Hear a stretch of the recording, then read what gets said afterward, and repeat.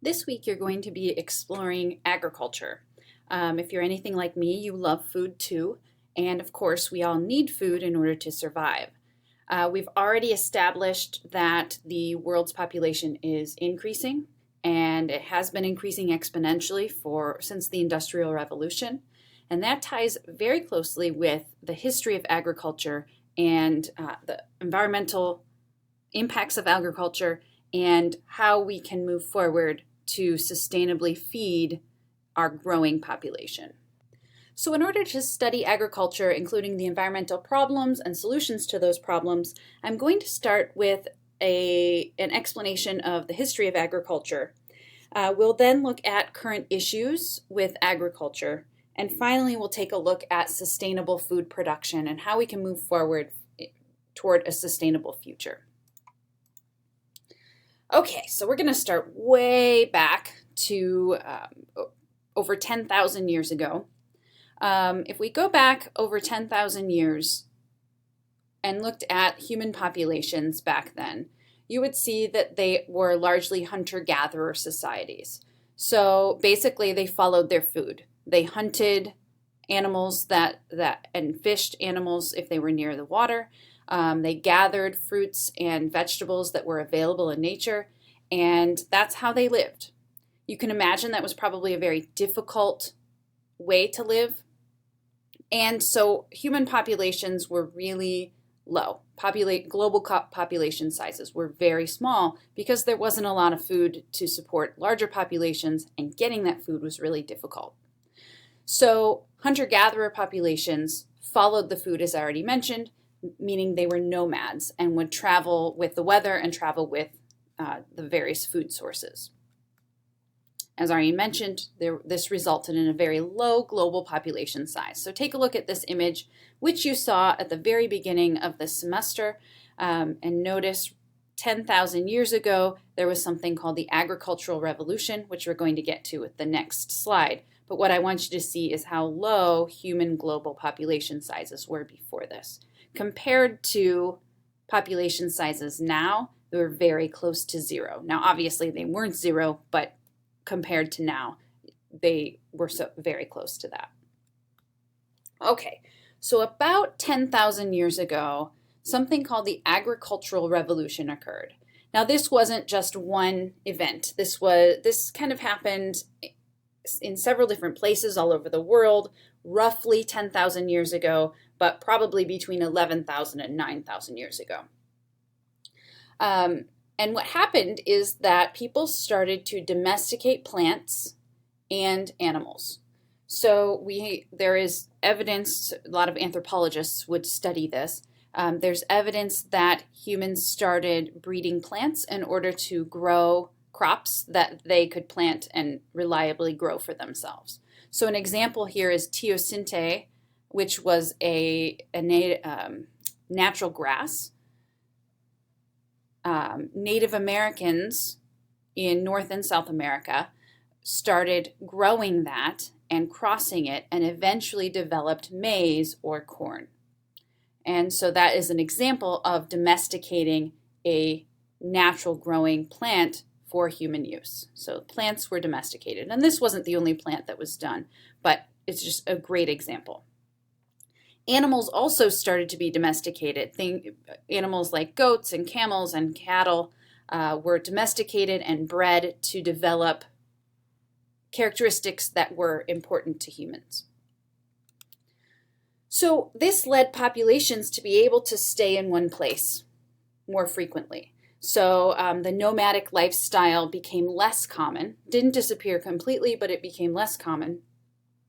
And so populations became able to stay in one place. Obviously, that would have changed cultures dramatically. It also led to food supplies being more reliable. If you're planting food or domesticating animals, you know where the food is going to come from and when it's going to be there. And so food became more reliable. And anthropology shows us that this domestication of plants and animals became widespread globally by about 5,000 years ago. So like I said, this wasn't a set event. It was an event that took place over a long period of time, but agriculture and domesticated animals was widespread by 5,000 years ago and caused dramatic changes in how humans lived. So right here in this figure that you've already seen has about 10,000 years ago. We have this crack just because that makes this image easier to see. So about 10,000 years ago, we have the agricultural revolution. And because food became more abundant and food became more reliable or reliably available, the human population size grew. And so we see this kind of steady increase in human population size, and it continued to slowly increase up until about the year 1500. I guess we could probably have that slow increase continue from 1500 probably up to the Industrial Revolution.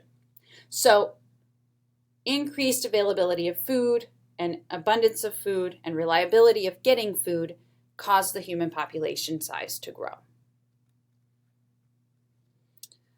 Throughout that time and continuing after that time, humans continuously improved their crop yields through a lot of different innovations. So one innovation was irrigation. Early humans who started to grow crops recognized that crops that had a lot of water grew better, and so they developed ways to get water to their crops more readily. So we see an example of early irrigation over here on the right.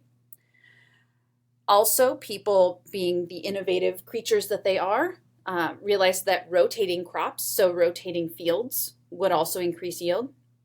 So for example, you might grow a crop on one field one year, but then you're going to give that field a couple of years break and grow in a different field in order to allow the soil to recover, the soil nutrients to recover in the first field. Humans developed fertilizers. At first, they largely used animal waste as fertilizer. We still do that to a certain degree now. And eventually, and we'll get to this a little bit later, developed synthetic fertilizers. And then much later, humans developed improved transportation, so ways to get food from one place to another that was more reliable and faster, so that food did not spoil on its way from one place to another. That also allowed for crops to be grown and exported to other countries rather than just using subsistence farming or farming that causes you to just grow for your own family. And then eventually we also developed refrigeration, which allowed us to keep crops even longer. So the history of human agriculture really is full of innovative ideas and ways to continuously improve crop yields in order to feed a growing population. Okay, so now we're going to fast forward to the early 20th century, and I just want to kind of give you a picture of what farming looked like at that point. So at this point, we're already into the Industrial Revolution, but largely farming was still done in a traditional way. So in your textbook, you would find in this week's chapter that this is called traditional farming or traditional agriculture. And what that looked like was, first of all, it largely was a polyculture. Poly means many. So what that means is farmers were growing a lot of different crops in one area rather than just one crop in an area. So this picture down here on the bottom right shows a polyculture. We have a lot of different crops being grown in a single area. So traditional farming used polyculture. It was also really labor intensive. So traditional farming in the early 20th century in the United States looked like this. Now, obviously, this is a modern photo of somebody doing traditional farming in another country. So in many developing nations, they still do use traditional farming. But it's labor intensive. Humans were did much of the work along with animals. And because of that, it required many people and many animals.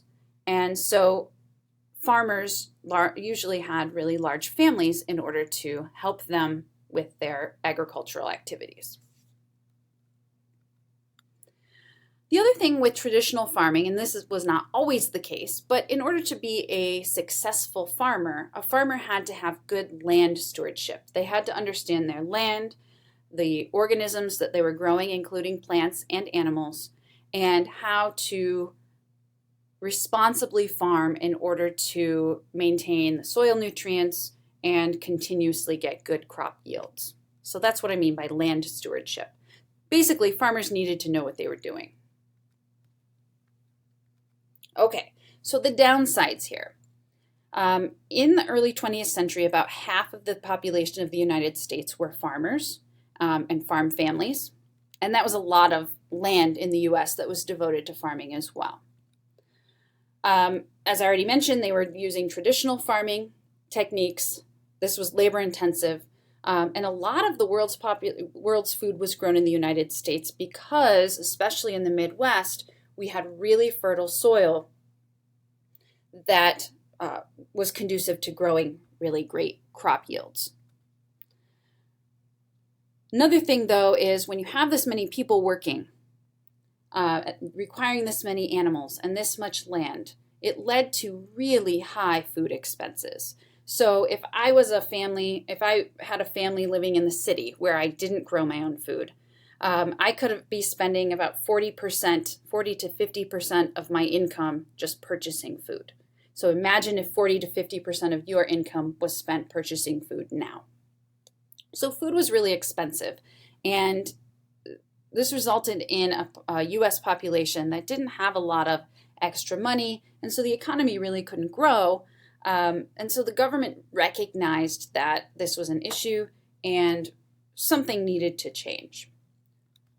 And so now we're at this problem. The problem was that farming was difficult and food was expensive. And so the solution to this was to develop specialized farming, specifically to industrialize farming. Basically, if a set farm had fewer tasks to do, then that farm could be more efficient.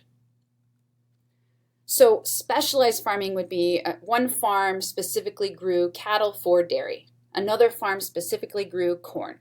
Another farm specifically grows wheat. So that's what we mean by specialization.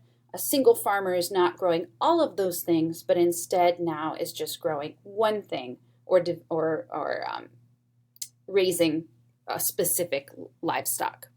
So this specialization really is an example of industrialization, especially when it's coupled with the mechanization or using specific machinery. So the work became more simple and routine.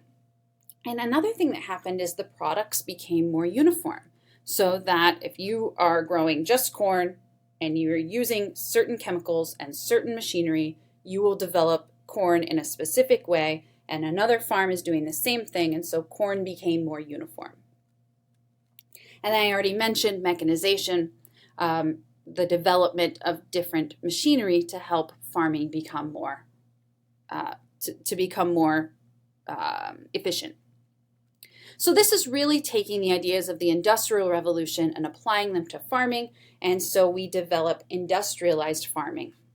Another result of industrialized farming is the development of a monoculture. So a move from polyculture, as I already described, to monoculture. These two pictures on the right show you what a monoculture looks like. The top is wheat, the bottom is corn. The benefits to monoculture are basically all of the benefits that we've just discussed, but in general, fewer resources are needed for farmers to do what they need. So fewer machines, fewer techniques, fewer chemicals, and so farming becomes more simple, but it also becomes cheaper. And so if there are lower costs to the farmer, the cost of food goes down, and so the consumer also gets lower costs. We also developed much higher yields, and so we're also able to grow more food.